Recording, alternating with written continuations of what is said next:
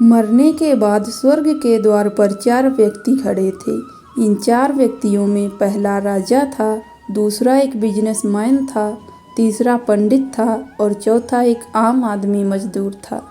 किसी को भी यह पता नहीं था कि कौन स्वर्ग के अंदर प्रवेश कर पाएगा और कौन वहीं से वापस लौटा दिया जाएगा। सब स्वर्ग का दरवाज़ा खुलने की राह देख रहे थे और आपस में बातें कर रहे थे। जैसे कि राजा को मरने से पहले से ही आदत थी, उसने अपनी बात सबसे पहले बताई। राजा ने कहा, मैं बहुत प्रख्यात राजा हूँ। मैंने धरती पर अपना बहुत नाम कमाया है, इसलिए पूरी संभावना है कि मैं ही स्वर्ग में जाऊँगा। फिर व्यापारी ने अपनी बात सामने रखी। वह बोला, मैंने धरती पर खूब धन कमाया और उस धन से मैंने सैकड़ों लोगों की मदद की, इसलिए मैं ही स्वर्ग का हकदार हूँ। अब बारी थी पंडित की, तो पंडित ने मुंह खोला और सबको यह कहा, चाहे तुम जो सोच लो, लेकिन यह बात तो तय है कि स्वर्ग के दरवाजे खुलेंगे तो मेरे लिए ही। सब जानते हैं कि पंडित दिन रात भगवान को याद करते हैं, इसलिए स्वाभाविक है कि स्वर्ग में पंडित का स्वागत किया जाए। जब सब ने अपना अपना पक्ष रख दिया, तब सब की नज़र उस मजदूर पर थी जो चुपचाप अपनी नज़रें नीचे झुकाए बिना कुछ बोले वहीं पर खड़ा रहा। स्वर्ग का दरवाज़ा खुला और वहाँ पर एक देवदूत आकर खड़ा हो गया। देवदूत के हाथों में एक पुस्तक थी जिसमें इन सभी के कर्मों के बारे में लिखा हुआ था। देवदूत ने सबसे पहले राजा को अपने पास बुलाया और उसको पूछा, तुम बताओ, तुमने अपने जीवन में क्या क्या अच्छे कर्म किए हैं? मैं उन्हें इस पुस्तक में देखकर फैसला करूँगा कि तुम्हें अंदर आने देना है या नहीं। राजा ने कहा, मेरा राज्य जितना बड़ा था उतना ही समृद्ध था और मेरे राज्य के सभी लोग खुशहाल थे। सभी बड़े आनंद से रहते थे। मैंने उन्हें कभी भी किसी भी चीज़ की कमी नहीं होने दी। यही मेरे अच्छे कर्म हैं। देवदूत ने अपने पुस्तक में देखा और देखने के बाद राजा से कहा, तुम सच बोलते हो।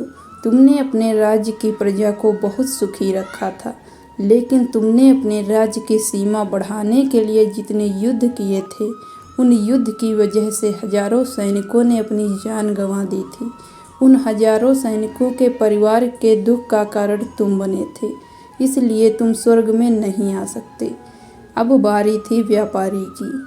व्यापारी से जब देवदूत ने पूछा कि तुम्हारे अच्छे कर्म क्या हैं, तब व्यापारी ने उससे कहा, मैंने सैकड़ों लोगों को खाना खिलाया है, कई आश्रमों में दान किया है, कई निराश्रित लोगों के लिए घर बनाकर दिया है।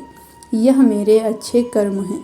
देवदूत ने फिर से अपने पुस्तक में ध्यान से देखा और देखने के बाद व्यापारी से कहा, तुम्हारा कहना भी ठीक है कि तुमने बहुत दान धर्म किया है, लेकिन यह दान धर्म तुमने जिन पैसों से किया है, उन पैसों को कमाने के लिए तुमने ना जाने कितने झूठ बोले हैं, कितनी हेरा फेरियाँ की हैं और कितनी मिलावटें की हैं, इसलिए तुम भी स्वर्ग में नहीं आ सकते। जब पंडित से यही सवाल किया गया तो पंडित ने बड़े ही आत्मविश्वास के साथ कहा, मैंने अनगिनत लोगों को ज्ञान दिया है, हजारों यज्ञ और पूजाएं की हैं और दिन रात भगवान का जाप किया है। इससे अच्छे कर्म और क्या ही हो सकते हैं। देवदूत ने अपनी पुस्तक के अंदर झांक कर देखा और पंडित से कहा, आपने जितने भी लोगों को जो भी ज्ञान दिया है, उन बातों पर खुद कभी अमल नहीं किया। आपने यज्ञ, पूजा या भगवान का नाम निस्वार्थ भाव से कभी नहीं लिया, इसलिए आपका भी स्वर्ग में आना प्रतिबंधित है। मजदूर यह सब देखकर हैरान था। वह अब तक जिन्हें महान समझता आ रहा था, उनकी व्याख्या स्वर्ग के दरवाजे पर आकर बदल गई थी। धरती पर जिन कामों को अच्छा समझा जाता है, उनका यहाँ पर कोई मूल्य नहीं था।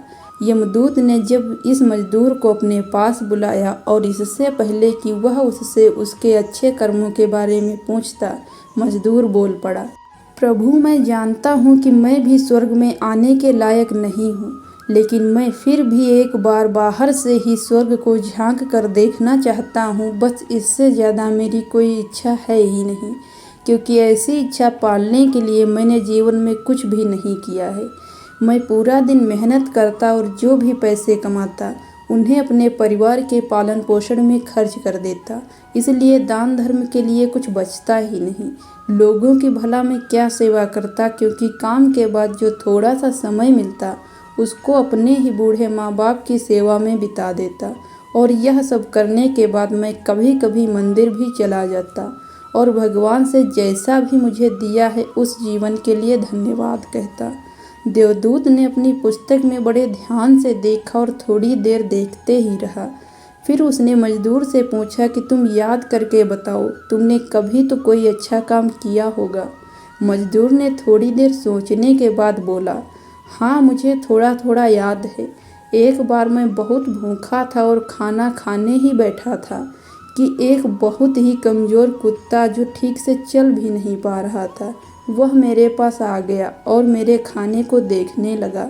तब मैंने अपनी रोटी उसे खिला दी थी और उस दिन मैं खुद भूखा सोया था। मजदूर की बात सुनने के बाद देवदूत मुस्कुराया और मजदूर को बड़े सम्मान से स्वर्ग के अंदर लेकर गया। दोस्तों, अच्छे कर्म लोभ मोह माया इन सब भाव में आकर नहीं किए जाते और ना ही उन्हें अच्छे कर्मों की श्रेणी में गिना जाता है। निस्वार्थ भाव से किया गया एक ही अच्छा कर्म भी आपके जीवन के सारे पाप धोने की शक्ति रखता है। इसलिए जब भी मौका मिले निस्वार्थ भाव से और अच्छे मन से अच्छे कर्म किया करें। दोस्तों, आपको कहानी कैसी लगी ये कमेंट करके ज़रूर बताएं। धन्यवाद।